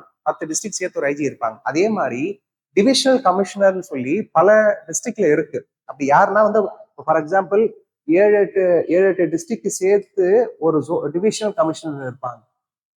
ஸோ 7 கலெக்டர் வந்து யாருக்கு டைரக்டா ரிப்போர்ட் பண்ணுவாங்கன்னா டிவிஷனல் கமிஷனர் ரிப்போர்ட் பண்ணுவாங்க. அந்த மாதிரி அவங்க ஆப்ஷனே கிடையாது. போலீஸ்ல இருக்கிற ஹைரார்கி மாதிரி இந்த மாதிரி ஆப்ஷனே கிடையாது. நமக்கு யாருன்னா collector directly report to the chief secretary and chief minister of the state. இந்த மாதிரி ஒரு போஸ்ட் தமிழ்நாட்டில் கிடையாது.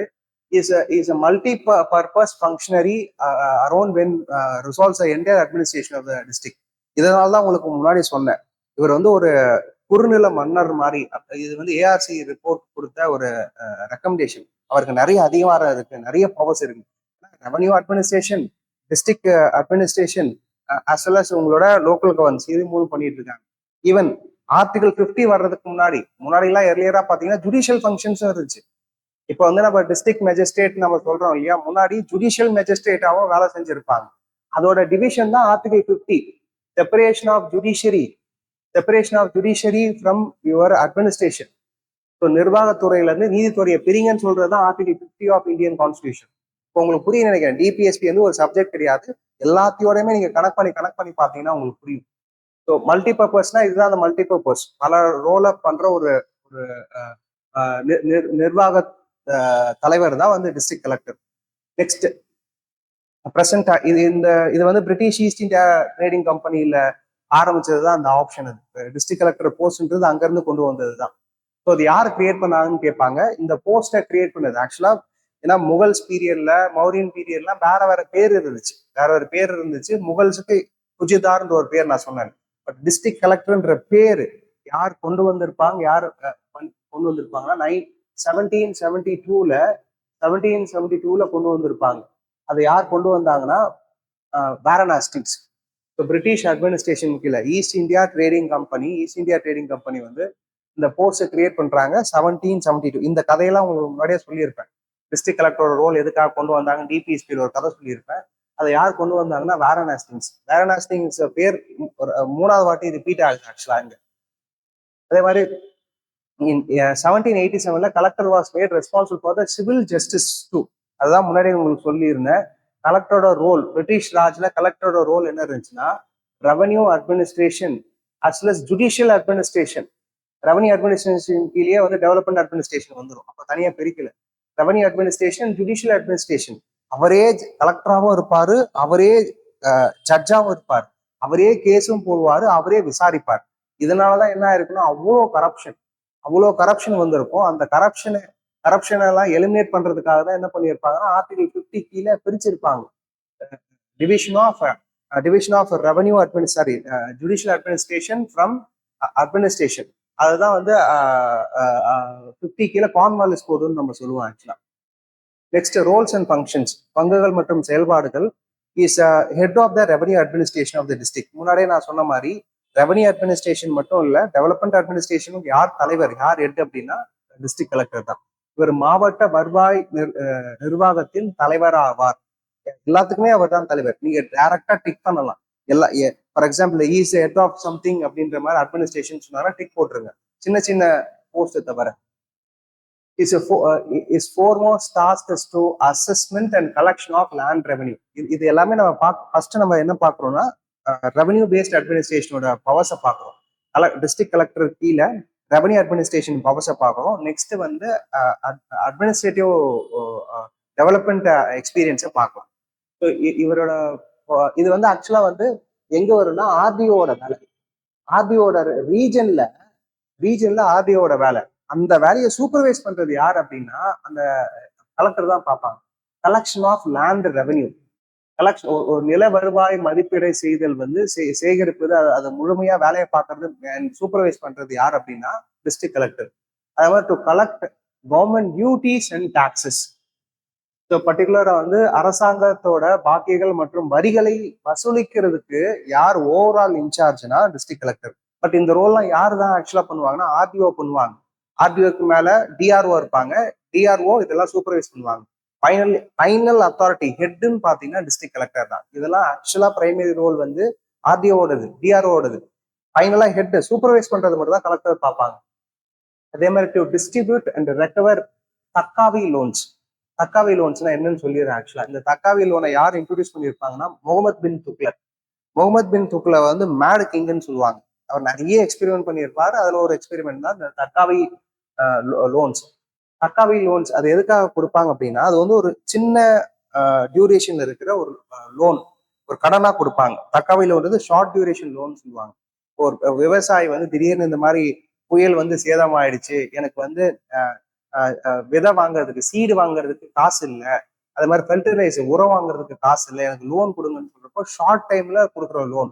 ஒன்ஸ் கல்டிவேட் பண்ணி கல்டிவேஷன் முடிஞ்சதுக்கு அப்புறம், ஹார்வெஸ்ட் சீசன் முடிஞ்சதுக்கு அப்புறம் அந்த காசு எடுத்துமே பேங்க்ல கட்டிடுவாங்க. பேங்க்ல ஒரு எந்த யார் கொடுக்குறாங்களோ, இப்போ கோஆபரேட்டிவ் பேங்க்ல இருந்து நிறைய பேங்க்ஸ் இருக்கு, அவங்க கொடுக்கறத வந்து அவங்க திரும்ப ரீபே பண்ணிடுவாங்க. இதெல்லாம் யார் இஷ்யூ பண்ணுவாங்க? அதாவது காசு கொடுக்கறதும் காசு வாங்குறதுக்கும் இன்சார்ஜ் பேங்க் பண்ணாலும் ஓவரால் இன்சார்ஜ் யார் அப்படின்னா டிஸ்ட்ரிக்ட் கலெக்டர் தான். Advances made to the cultivators and their advances loan of money are given at the sowing அதாவது விதைக்கிற டைம்ல கொடுப்பாங்க. அதுக்கப்புறம் திரும்பி அது வந்து புவர் ஃபார்மர்ஸ்க்கு மட்டும்தான், ஏழை விவசாயிகளுக்கு மட்டும்தான் கொடுப்பாங்க, எல்லாருக்கும் கிடையாது. திரும்ப கல்டிவேட் ஆனதுக்கு அப்புறம் திரும்ப மணி எடுத்து வந்து செலுத்தினா போதும். இந்த தக்காவை லோன்ஸ் வந்து இன்ட்ரடியூஸ் பை முகமது பின் துக்ளக் கப்பையில இருந்து கொஞ்சம் மாடிஃபை பண்ணி நம்ம யூஸ் பண்ணிட்டு இருக்கோம். அண்ட் இந்த லோன்ஸை கொடுக்கறதும் இப்போ இப்போ விழுப்புரத்திலே மழை பெஞ்சு சேதம் ஆயிடுச்சு, போய் பார்த்துட்டு இத்தனை ஆயிரம் சேதம் நடந்திருக்கு, உங்களுக்கு நாங்க தக்காவை லோன்ஸ் கொடுக்குறோம், அதை வந்து இத்தனை மாசத்துக்குள்ள ரீபே பண்ணிடுங்க அப்படின்னு சொல்லி டிஸ்ட்ரிபியூட் பண்றதும் அஸ் வெல் அஸ் கலெக்ஷன்ஸ் இதை சூப்பர்வைஸ் பண்றது யார் பண்ணுவாங்கன்னா டிஸ்ட்ரிக்ட் கலெக்டர் தான் பார்ப்பாங்க. நெக்ஸ்ட் பட்டா சிட்டா இது எல்லாமே யாரோட ரோல் அப்படின்னா, கீழே இருந்து நீங்க பாத்தீங்கன்னா தெரியும், ரோல் வந்து பாத்தீங்கன்னா தெரியும், ரெவன்யூ இன்ஸ்பெக்டர், அதுக்கு மேல தாசில்தார், அதுக்கு மேல வந்து ஆர்டிஓ, அதுக்கு மேல டிஆர்ஓ. இவங்களோட ரோல்ஸா இருக்கும், மெயினா இவங்களோட ரோல்ஸா இருக்கும். அந்த பட்டா சிட்டா இது எல்லாத்தையுமே இவங்க தான் பார்ப்பாங்க. அதை சூப்பர்வைஸ் பண்றது யாருன்னா district collector. To maintain land records நில ஆவணங்களை பராமரித்தல். நெக்ஸ்ட் வந்து டு கலெக்ட் ரூரல் ஸ்டாட்டிஸ்டிக்ஸ் கிராமப்புற புள்ளியியல் விவரங்களை வந்து சேகரிக்கிறது. இது வந்து ஆக்சுவலா பஞ்சாயத்து ராஜ் வந்ததுக்கு அப்புறம் இந்த பவர்ஸ் கொஞ்சம் எக்ஸ்டென்சிவா கொடுத்துட்டாங்க. ஏன்னா இந்த இந்த அதிகாரம் வந்து இப்போ கலெக்டருக்கு அதிகமா எக்ஸ்டென்சிவா கொடுத்தது வந்து பஞ்சாயத்து ராஜ் முனிசிபாலிட்டி வந்ததுக்கு அப்புறம் எக்ஸ்டென்சிவா கொடுத்துருப்பாங்க. Next to exercise the power of land acquisition officer and acquiring the land for the purpose of colonisation industry and slum clearance. So மெயினா வந்து இப்போ ஃபார் எக்ஸாம்பிள் இதை இப்போ காஞ்சிபுரம் டிஸ்ட்ரிக்ட்ல வந்து ஒரு ஏர்போர்ட் கட்டணும்னு வச்சுக்கோங்க. அந்த மாதிரி ஏர்போர்ட் கட்டணும்னா அந்த லேண்டை கையகப்படுத்துறது. ஸோ இந்த லேண்ட் எங்களுக்குலாம் வேணும் அப்படின்னு சொல்லி கையெழுத்தப்படுத்துறது வந்து அந்த லேண்டுக்கான இன்கேஸ் மார்க்கெட் வேல்யூ இந்த லேண்ட் வந்து 2 லட்சம் போகுது, எனக்கு ஒரு 50,000 சேர்த்து கொடுங்க அப்படின்ற மாதிரி இந்த லேண்டை பிக்ஸ் பண்ணி மணியை டிரான்ஸ்ஃபர் பண்றது, அதை சூப்பர்வைஸ் பண்றது, அந்த அதிகாரியை நேர்பார்வையில கொண்டு வந்து சூப்பர்வைஸ் பண்றது எல்லாமே யாரோட டியூட்டி அப்படின்னா கலெக்டரோட டியூட்டி. அதே மாதிரி ஸ்லம் கிளியரன்ஸ். ஸோ ஸ்லம்ல வந்து நிறைய நதியை நம்ம சாக்கடையா மாத்தி வச்சிட்டோம். ஆக்சுவலா நிறைய நதிகள் இருந்துச்சு, அது எல்லாத்தையும் சாக்கடையா மாத்தி வச்சிட்டோம். அந்த இடத்துல ஏழை மக்கள் வந்து கஷ்டப்பட்டு வீடு கட்டி இருப்பாங்க. அங்க இருந்தா அவங்களோட வாழ்வாதாரம் பாதிக்கப்படும் சொல்லி அதை கிளியர் பண்ணி புதுசா ஒரு இடத்துல வீடு கட்டி கொடுக்கணும் அப்படின்னாலும் அதை டிசைட் பண்ணி லேண்டை பார்த்து பில்டிங்கை கட்டி டிசைட் பண்றது, இந்த மாதிரி பர்பஸ் எல்லாம் பாக்குறது யார் அப்படின்னா டிஸ்ட்ரிக்ட் கலெக்டர் தான் பார்ப்பாங்க. ஸோ லேண்ட் அக்வசி நிலம் கைப்படுத்துதல், அதே மாதிரி அதிகாரத்தை படுத்துதல், அதே மாதிரி அதாவது இந்த தொழில் குடிசை அகற்றுதல் போன்றோட நோக்கத்தை எல்லாத்தையுமே செயலாக்கத்துக்கு கொண்டு வர்றது வந்து டிஸ்ட்ரிக்ட் கலெக்டர் தான் பார்ப்பாங்க. நெக்ஸ்ட் 8வது point, to implement land reforms. So நில சீர்திருத்தங்களை செயல்படுத்துறது வந்து யார் பண்ணுவாங்க அப்படின்னா டிஸ்ட்ரிக்ட் கலெக்டர் தான் பண்ணுவாங்க. லேண்ட் ரிஃபார்ம்ஸ் வந்து 1950 ஆரம்பிச்ச ஒரு விஷயம். அதுதான் சம்பகம் துரைராஜன் கேஸ்லயே நம்ம பார்த்துருப்போம். ஒரே இடத்துல நிறைய பேர் லேண்டை குவிச்சு வச்சிருப்பாங்க. அந்த ஒரு பெரிய பெரிய ஆளுங்கள்லாம் அதுல இருந்து லேண்டை பிரிச்சு கொடுங்கன்னு சொல்லி கவர்மெண்ட் ஆஃப் இந்தியா ஒரு ரிஃபார்ம்ஸ் எடுத்திருப்பாங்க. அதான் லேண்ட் ரிஃபார்ம்ஸ். அதை செயலாக்குறதுக்கு டிஸ்ட்ரிக்ட் லெவல் யார் பண்ணணும்னா டிஸ்ட்ரிக்ட் கலெக்டர் தான் பண்ணுவாங்க. To look after the welfare of the agricultures. So வேளாண்மை தொழிலாளர்கள், பர்டிகுலர் விவசாயம் மற்றும் வேளாண்மை தொழிலாளர்களோட நலனை வந்து கவனிக்கிறது, காக்கிறது, ப்ரொடெக்ஷன் பண்றது யாருன்னா டிஸ்ட்ரிக்ட் கலெக்டர் தான். அதனாலதான் வந்து அடிக்கடி வந்து விவசாயிகளுக்கு பிரச்சனை அப்படின்னா கலெக்டர்கிட்ட போய் மனு கொடுப்பாங்க. அதே மாதிரி ஏதாச்சும் பிரச்சனை கலெக்டர் கண்டுக்கல அப்படின்னா போராட்டம் பண்றது. ஏன் கலெக்டர் ஆஃபீஸ் முன்னாடி ஏன் எல்லாம் போராட்டம் பண்றாங்கன்னா இதுதான் main purpose. To make an assessment of losses crops and recommend relief during the natural calamities like fire, drought and flood. So இந்த மாதிரி இப்போ எல்லாத்துக்கும் ஏன் விழுப்புரத்துக்கு எக்ஸாம்பிள் எடுக்குன்னா விழுப்புரத்துல இந்த மாதிரி இன்சிடென்ட் நடந்துச்சு, அதனால கொடுக்குறேன். ஸோ விழுப்புரம், திருவண்ணாமலை, கடலூர் ரீஜன்ல கிருஷ்ணகிரியில இருக்கிற சர்டன் ஜோன்ல என்ன ஆச்சுன்னா நிறைய இந்த பெங்கால் சைக்ளோன்னால நிறைய இழப்பீடு நடந்துச்சு. பர்டிகுலரா வந்து விவசாயத்துல இவ்வளோ ஹெக்டர்ஸ், இது விழுப்புரத்துல நடந்தது மட்டும் 80,560 ஹெக்டர்ஸ் லேண்ட் வந்து டேமேஜ் ஆயிடுச்சு ஆக்சுவலா. இதே மாதிரி இப்போ பல இடத்துல, இப்போ தஞ்சாவூர்ல நிறைய டேமேஜ் ஆச்சு. அதே மாதிரி திருநெல்வேலி, நாகர்கோவில் ரீஜன் ஒரு வருஷமும் ஒவ்வொரு டிஸ்ட்ரிக்ட்ல இந்த மாதிரி டேமேஜஸ் நடக்குது. இந்த டேமேஜஸ் எல்லாம் ரெக்வயர் பண்ணி அவங்களுக்கான நீதி கொடுக்க வேண்டியது யாரோட கடமை அப்படின்னா நீதி மட்டும் இல்லை, ஃபர்ஸ்ட் வந்து அசஸ்மெண்ட் பண்ணுவாங்க. எவ்வளவு டேமேஜ் ஆயிருக்குன்னு சொல்லி ஒரு அசஸ்மெண்ட் ரிப்போர்ட் எடுப்பாங்க. ஒன்ஸ் இது முடிஞ்சதுக்கு அப்புறம் போய் எல்லா இடத்தையும் பார்வையிட்டு இந்த மாதிரி எவ்வளோ கிராப்ஸ் சேதமாயிருக்கு. கிட்டத்தட்ட 33% விவசாய நிலங்கள் வந்து டேமேஜ் ஆயிருக்கு. ஆக்சுவலா இவ்வளோ ஹெக்டர்ஸ் லேண்ட் வந்து அஃபெக்ட் ஆயிருக்கு. இவ்வளோ ஃபார்மர்ஸ் வந்து டைரக்டா அஃபெக்ட் ஆயிருக்காங்க. ஸோ எவ்வளோ எவ்வளோ வந்து அசஸ்மெண்ட் எடுப்பாங்க, எவ்வளோ லாசஸ் ஆயிருக்கு அப்படின்ற மாதிரி அசஸ்மெண்ட் எடுத்ததுக்கு அப்புறம் ரெக்கமெண்ட் பண்ணுவாங்க. ஸோ ரிலீஃப் ஒர்க்ஸ், ஸோ அவங்களுக்கான பேரிடத்தை பேஸ் பண்ணி நிவாரணம் இவ்வளவு கொடுங்க அப்படின்ற மாதிரி ரெக்கமெண்ட் பண்ணுவாங்க. அதை பேஸ் பண்ணி தான் government of India and government of Tamil Nadu வந்து அவங்க ஒரு அசஸ்மெண்ட் எடுத்துட்டு ஃபைனலா இவ்வளவு கொடுக்கணும் அப்படின்ற மாதிரி சொல்லுவாங்க. அதே மாதிரி to supervise treasury and sub treasury, கருவூலம் மற்றும் துணை கருவூலத்தை வந்து மேல் பார்வையிடுதல். Next to enforce stamp duty, mostly இது எல்லாமே லேண்டு ரெவன்யூ அதை பேஸ் பண்ணி தான் இருக்கும். முத்திரைத்தாள் சட்டத்தை அமல்படுத்துவது, அந்த சட்டத்தை வந்து அமல்படுத்துறது வந்து டிஸ்ட்ரிக்ட் கலெக்டர் கண்ட்ரோல் தான் இருக்கும். டு பே ரீஹாபிடேஷன் கிராண்ட், மறுவாழ்வு மானியம் செலுத்துறது. ரீஹாபிடேஷன் கிராண்ட் அப்படின்னா அவங்க ஏதோ ஒரு இடத்துல பாதிக்கப்பட்டிருப்பாங்க, அந்த பாதிக்கப்பட்ட நபர்களுக்காக அவங்களுக்கு ஃபார் எக்ஸாம்பிள் ஒரு கவர்மெண்ட் ஆஃப் தமிழ்நாடு வந்து ரோடு போட்டுட்டு இருக்காங்கன்னு வச்சுக்கோங்க, பெரிய ரோடு போட்டுட்டு இருக்காங்கிறப்போ திடீர்னு அந்த ரோடு போட்டுட்டு இருக்க டைம்ல ஒரு 30 பேர் இறந்துட்டாங்கன்னு வச்சுக்கோங்க, ரோடு போட்டு ஆக்சிடென்டெல்லாம் இறந்துட்டாங்க, ஏதோ ஒரு காரணத்துக்காக இறந்துட்டாங்க, ரோடு போடுறப்போ திடீர்னு ஒரு பள்ளம் விழுந்து எர்த்குவேக் வந்து இறந்துட்டாங்கன்னா அந்த மாதிரி நபர்களுக்கு அந்த ஃபேமிலிக்கு கிராண்ட் எவ்வளவு கொடுக்குறோம்னு சொல்லி டிட்டர்மைன் பண்ணி கொடுக்குறது தமிழ்நாடு கவர்மெண்ட் கொடுப்பாங்க. அந்த டைம் இவங்க தான் டிசைட் பண்ணுவாங்க.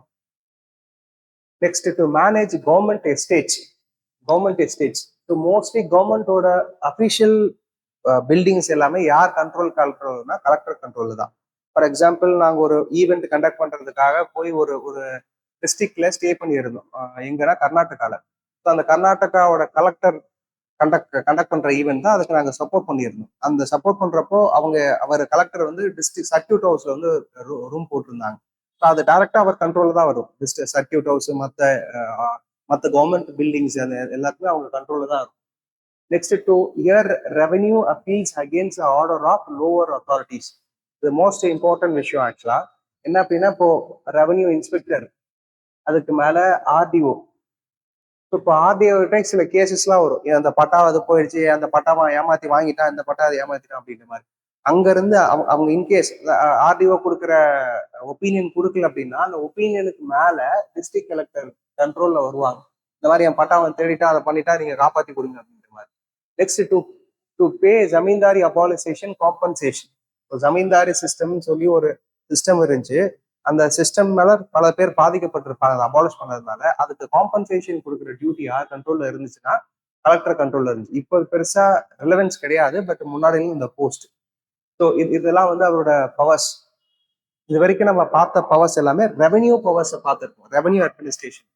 நெக்ஸ்ட் டெவலப்மெண்ட் அட்மினிஸ்ட்ரேஷன் பார்க்கலாம், அது நெக்ஸ்ட் கிளாஸஸ்ல பார்க்கலாம். ஒன்ஸ் அகைன் ஐ ரிப்பீட், இந்த கிளாஸஸ் கொஞ்சம் பொறுமையா தான் போகும், நிறைய ஃபேக்சுவல் கண்டென்ட் இருக்கும். முடிஞ்ச அளவுக்கு நோட்ஸ் எடுத்துக்கோங்க, ஏன்னா இதுக்கு நோட்ஸ் உங்களுக்கு கிடையாது. அதனால இந்த பிபிடியை நான் ஷேர் பண்றேன், இதுக்கு கொஞ்சம் டீட்டெயிலாகவே நான் கொடுத்துருக்கேன், பிபிடியை ஷேர் பண்றேன். இதை தாண்டி நிறைய கொஸ்டின் சால்வ் பண்ண தான் உங்களுக்கு எந்த டாபிக்ல எப்படி அட்டன் பண்றது, எந்த கொஸ்டின் தப்புன்றதெல்லாம் உங்களுக்கு புரியும். Next maintenance of law and order நம்ம பார்க்கலாம் next classes. Thank you dear friends.